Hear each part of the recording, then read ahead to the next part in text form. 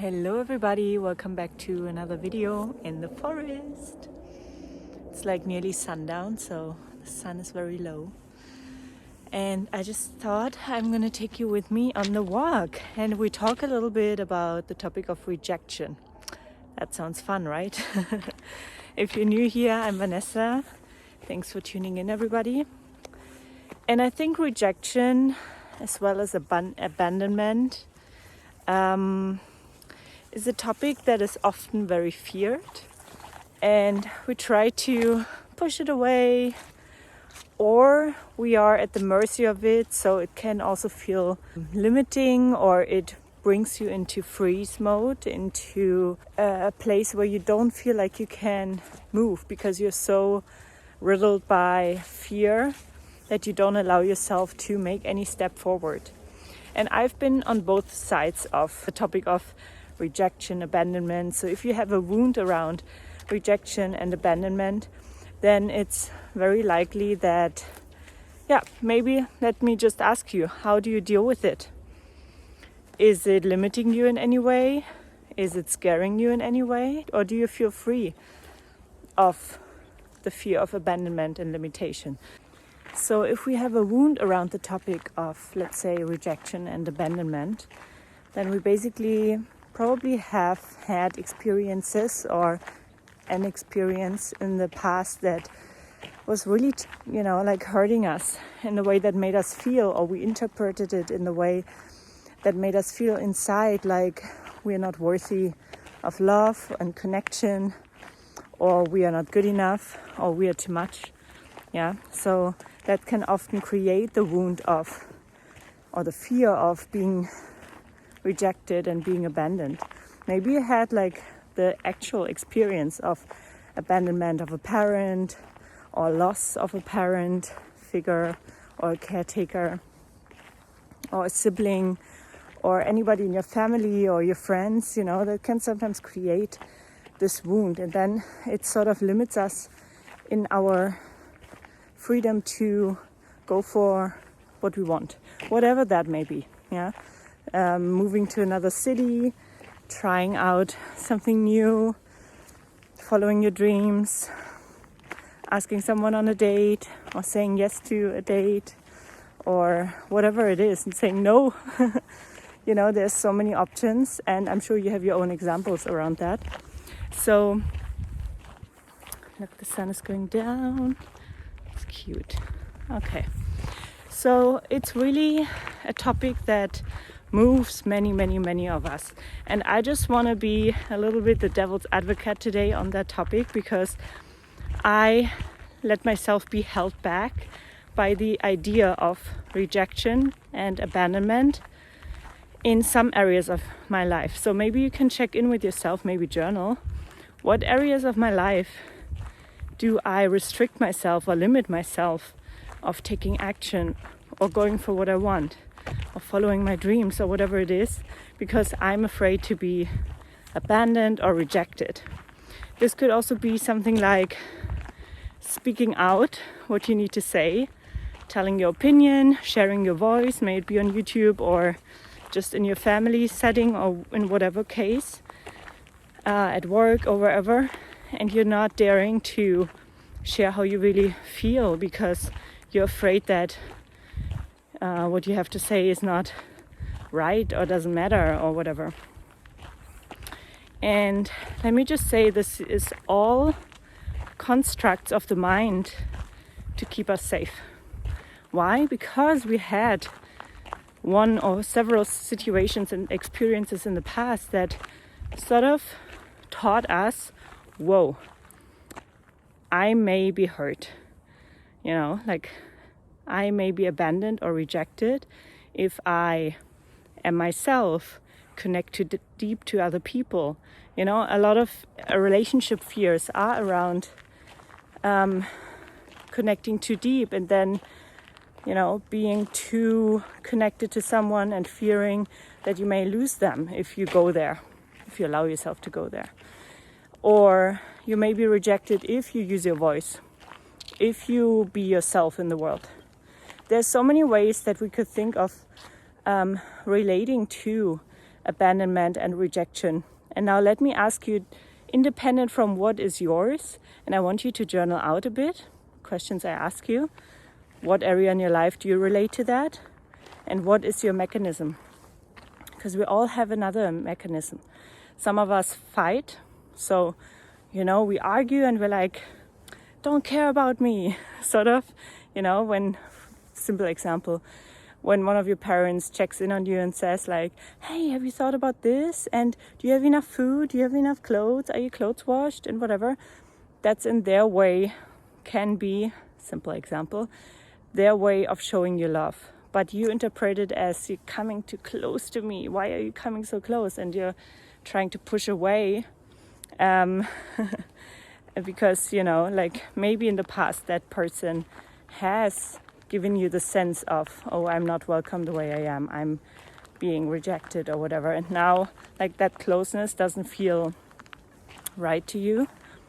Or you don't understand it and you're like, I'm not used to that. I haven't experienced that before. So, I cannot get too close because otherwise I will be rejected maybe if I open up to you, And so it is really so funny when people pass by me and are like, what is she doing? But I'm practicing to feel comfortable just keeping on talking when people pass by me. So something I'm working on. But yeah, so fear of abandonment and rejection can come in both ways. Either that we avoid, you could call that avoidant attachment style, but I also don't want you to get too much into avoidant. I'm an avoidant attachment style, or I'm an anxious attachment style. I always like to say, don't categorize yourself so much, because this is again adding up to the identity you're building, the mask that you're building. Maybe this is your inclination or what you lean towards, but you can change it. So I don't want you to even identify with this narrative, I'm an avoidant or I'm an anxious attached person, because these are just inclinations that you learned to behave as like a coping mechanism whenever you needed it, probably in the past, in childhood, when you didn't have, another choice to even consider your behavior or reflect on your behavior. So it's really powerful not to label yourself so much, and to just be open with yourself a little more. Give yourself a little more space to be. And when we are being, we're not so identified with this analytical, I am this and this and this and this and this. Why do you need to be a specific thing?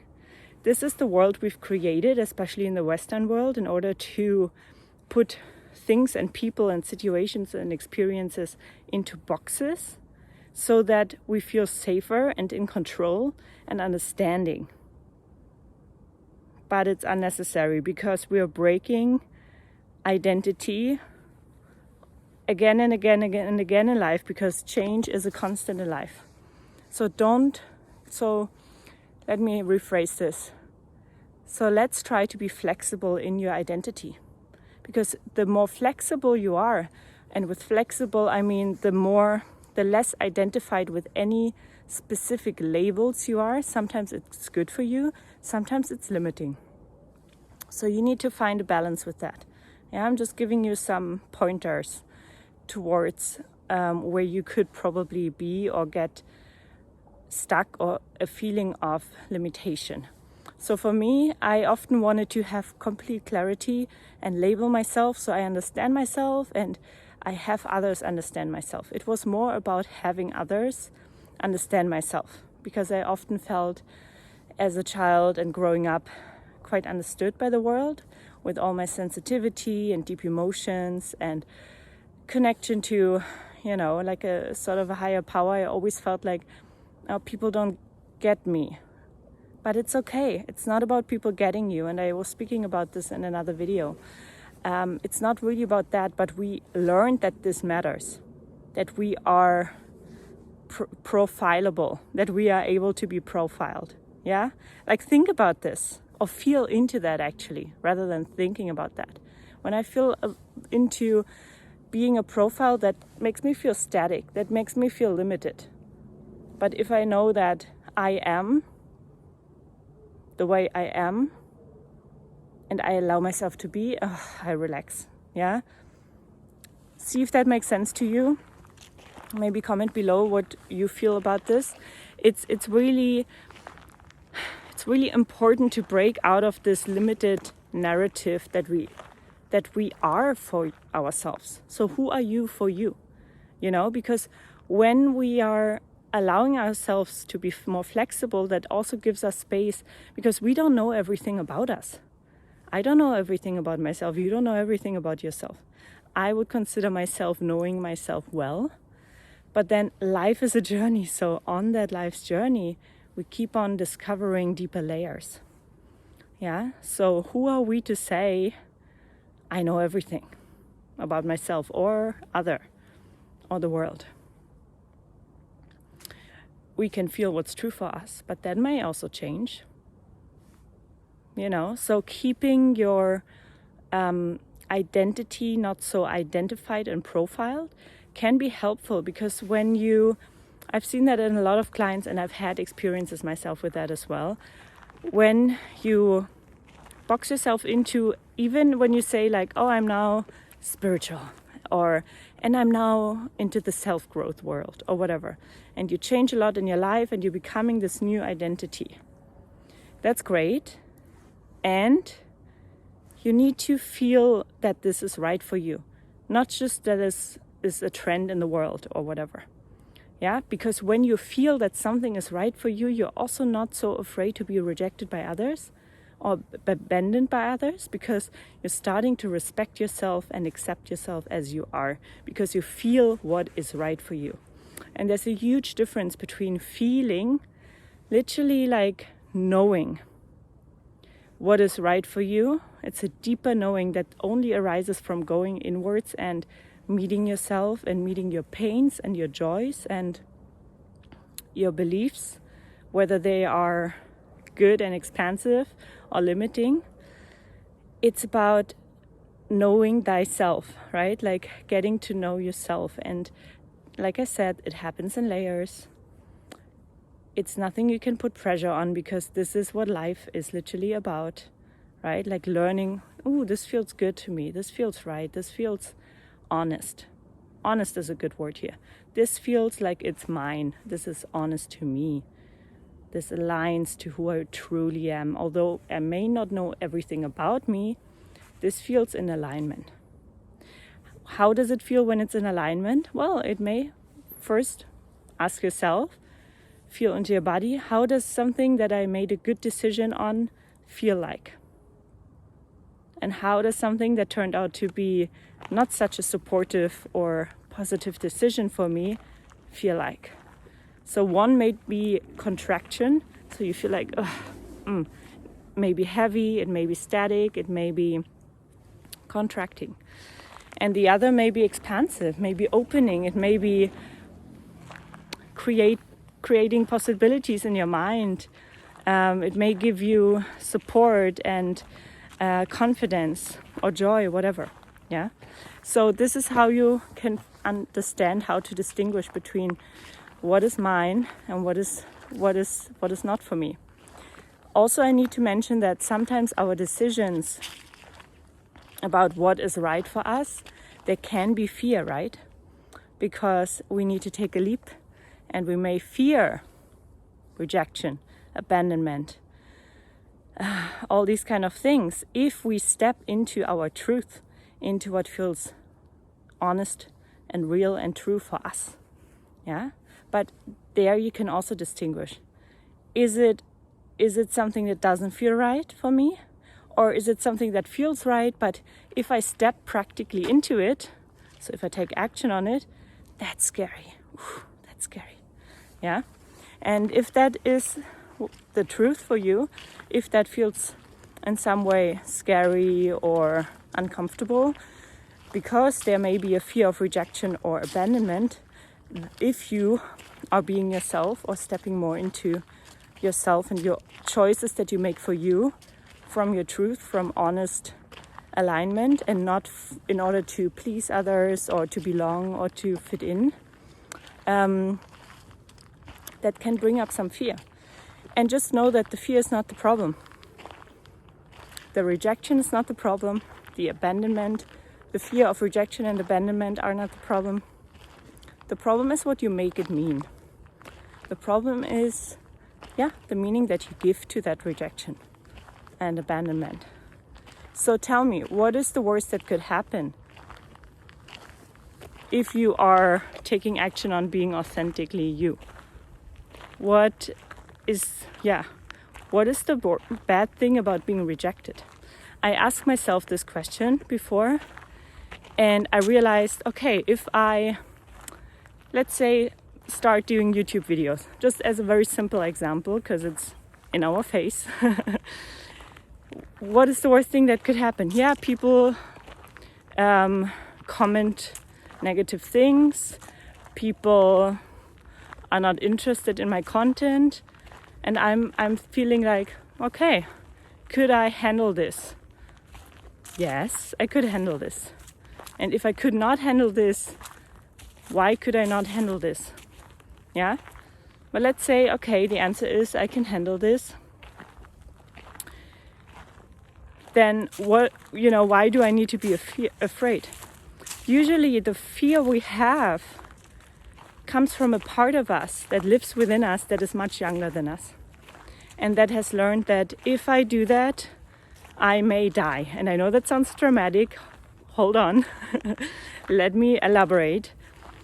When we're children and when we learn to, become a part of this world, we are being taught by the people around us, actively or passively, through witnessing their behavior with others, or witnessing and experiencing their behavior towards us and with us.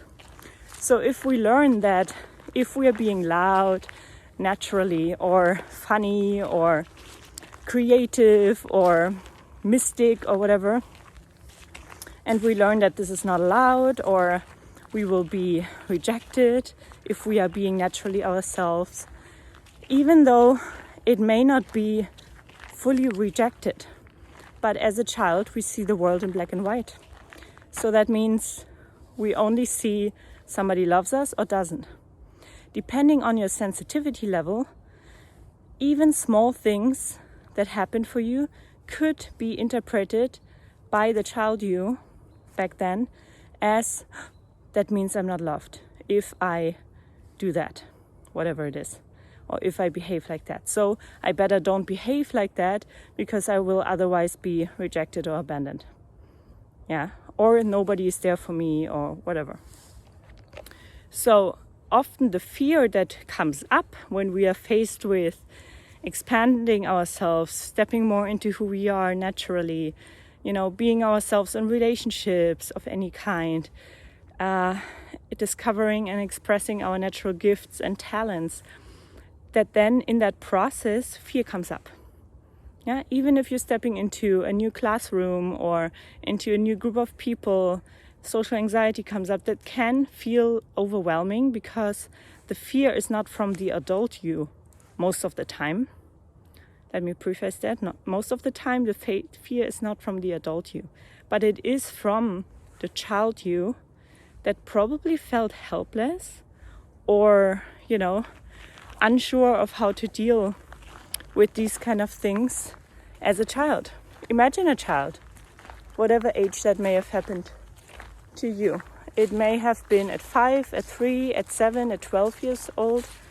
So in that age, we are so dependent on our caretakers for literally, what I just said, where I said it's not as dramatic as it sounds. We're literally dependent on our caretakers to survive, for them to feed us, to give us a roof over the head, to have like a place to sleep, to wash, to, grow up and, have a home, so to say.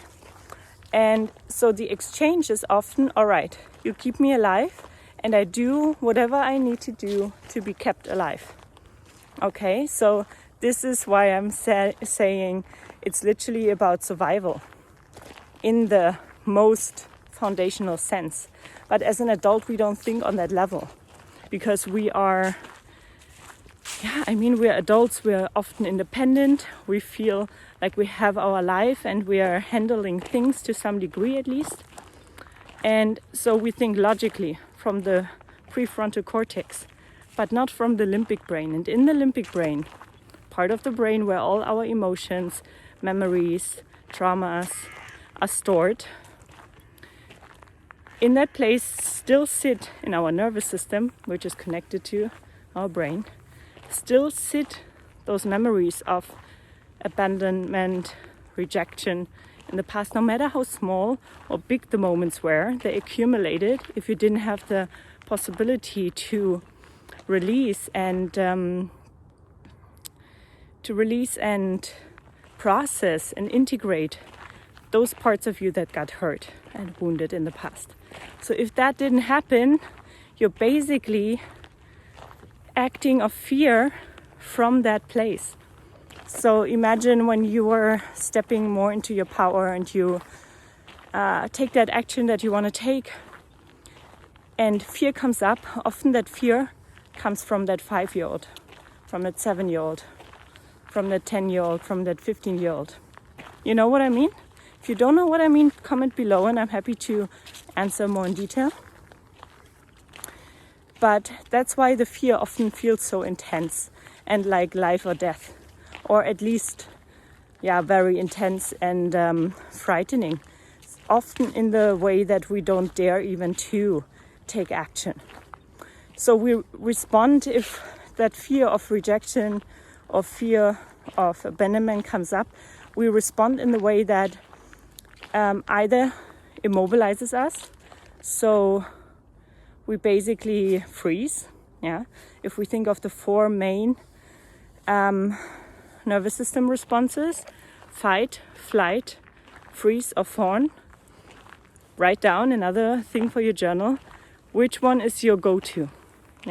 Because when you understand how you usually respond, you already get an idea of your pattern. And when you're getting an idea of your pattern, you're not so helpless or at the mercy of that pattern anymore. And then you understand, okay, I'm afraid right now. Fear of rejection, fear of abandonment is coming up right now. And I know that this is just an old story. And it's okay to be afraid. That doesn't mean that I cannot go for it.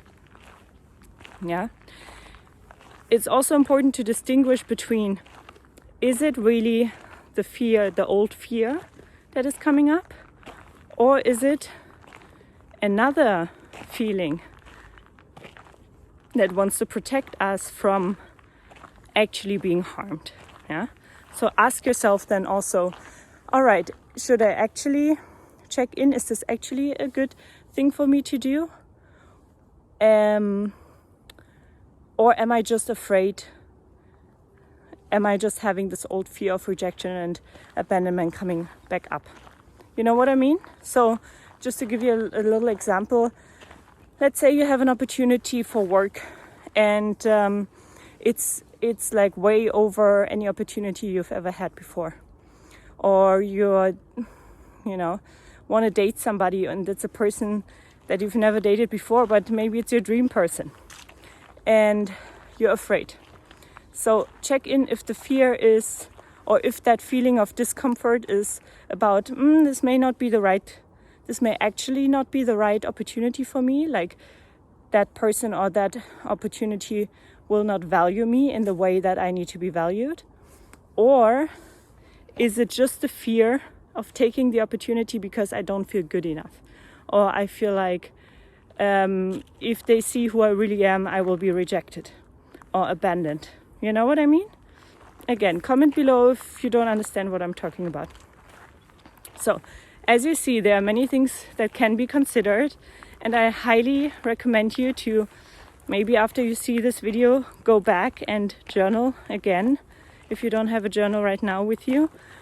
It's really powerful, and I'm not just saying that. Like, I wouldn't share this content, I wouldn't take the time to record this video for you if I wouldn't think that this is powerful. Okay, so go in, do that exercise, and to top it off, give you a little motivation for the end.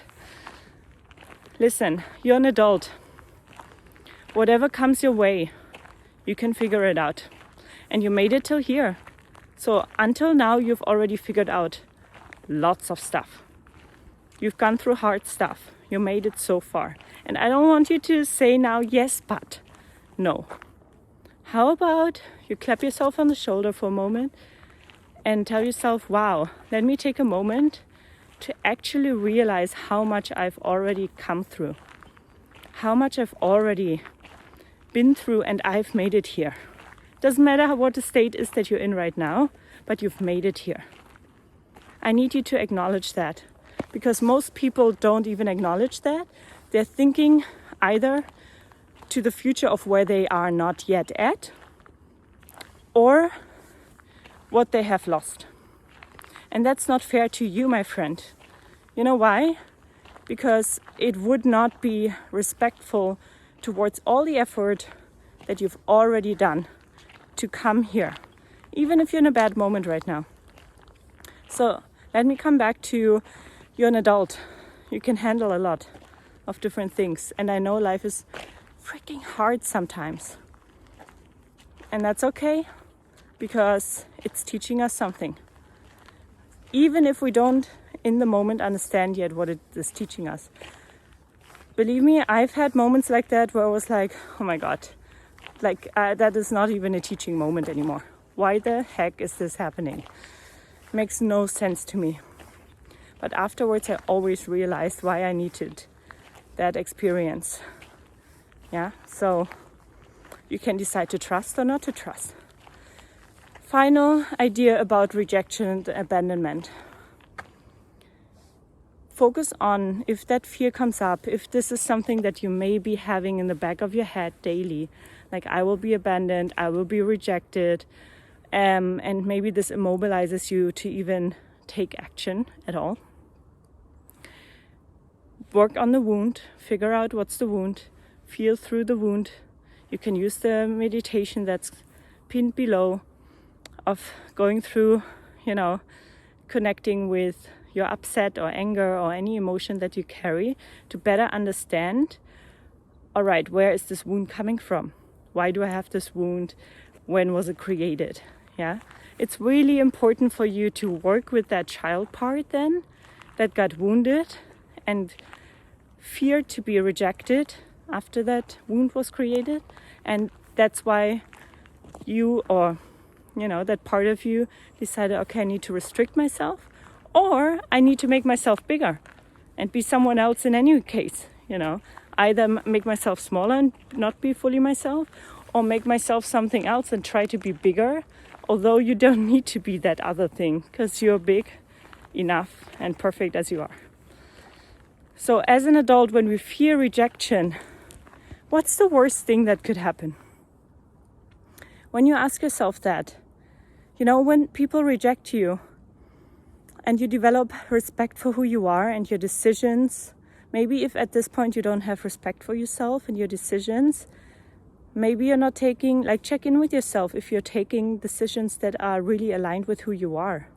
And it takes a little bit of courage to look at that and then also take decisions that are in alignment with you. Because you're basically saying, okay, I'm going to take decisions that are in alignment with myself, and that may upset other people.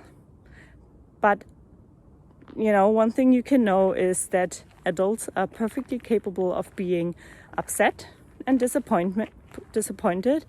It doesn't mean you should not be kind and not be graceful and human and caring about the way that you deliver, what you need or your boundaries or whatever, right? This is another conversation, how you communicate what you need. But what's the worst that can happen? You can be rejected, you can be abandoned, but then are those your people? Literally, let's be honest. Are those your people? If they, reject you and abandon you for being who you truly are. I don't know. Only you can answer that. And the interesting thing is also, maybe, and here we come again to the idea of shadow, which we talked about a few days ago, and which is an important thing, and again, not an easy thing to look at, because it's not just a shadow where we are making ourselves small, but it's also the shadow of where are we, not being ourselves at the cost of not just ourselves, but other people that we love, actually. And sometimes we, in this process of growth, sometimes we go through a phase where we feel self-righteous. And I just want to make you aware of that, because it's okay. Because sometimes I have clients that feel like, oh, and now I draw my boundaries, but now I feel really guilty about it. And that's okay. You're perfectly capable of feeling guilty for a bit while you learn how to draw your boundaries. And it's still important, and I want to highlight that, because I've also had a phase of self-righteousness where I felt like I drew my boundaries in such a, now retrospectively, I drew my boundaries in such a rigid way that made me like now feel like, oof, I upset some people, even people that I wanted to not reject. Yeah, so just make sure it can happen, and that's human too. And you can call them and say, listen, I'm sorry, the way that this came across was not cool. I was just learning how to set my boundaries and deal with all these kind of new things that I'm learning. And I just overreacted, or maybe I didn't treat you in the kindest way. And then again, the people that belong to you, they will say, thanks for explaining. I get it. It's okay. They will be willing to reconcile with you. But the people who are not yours will not even, go there. So I'm saying that because, I don't want to leave that part out, because it's important. Because sometimes when we start growing, start developing ourselves, we are getting into that part where we're like, I don't know how else to express it, so I'm just gonna, be rigid about it, or be moving from a place that is not from the heart. So, be in the heart when you make decisions. Find the connection between heart and mind. And it's an important place to build connection with your heart and your mind, and take decisions that are aligned with yourself. And then it's absolutely okay to tell people, listen, sorry if that's upset you, but this is the decision I need to make. And sometimes it's also about you showing yourself that you can trust yourself through making that decision. Yeah. And this is how you build that trust within you about your path.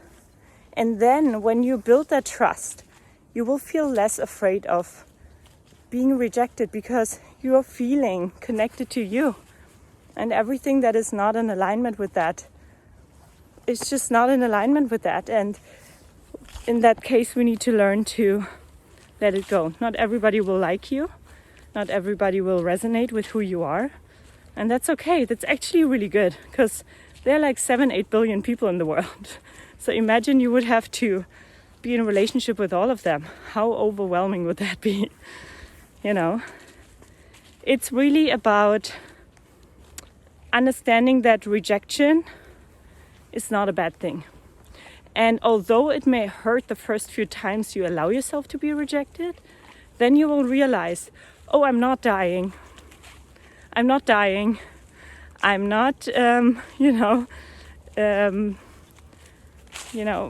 being alone forever. And this takes also self-respect. And just an exhale, actually, of I'm allowing myself to be disliked. I'm allowing myself to be rejected and abandoned. And also this understanding from an adult point of view, if that person doesn't want to be with me in relationship or in business relationship or in friendship, well, then this is not right. Because if they don't want but I want, why do I feel so needy of that opportunity, relationship, experience if the other person doesn't feel connected to that at all?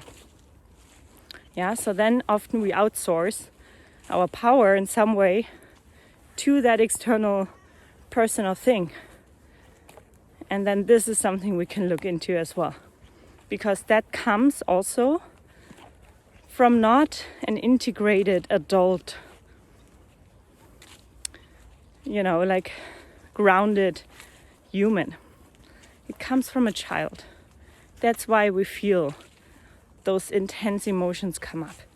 And that's where you can go to reparent, I often say, which is basically the process of reconnecting with your inner child and giving them what you didn't receive.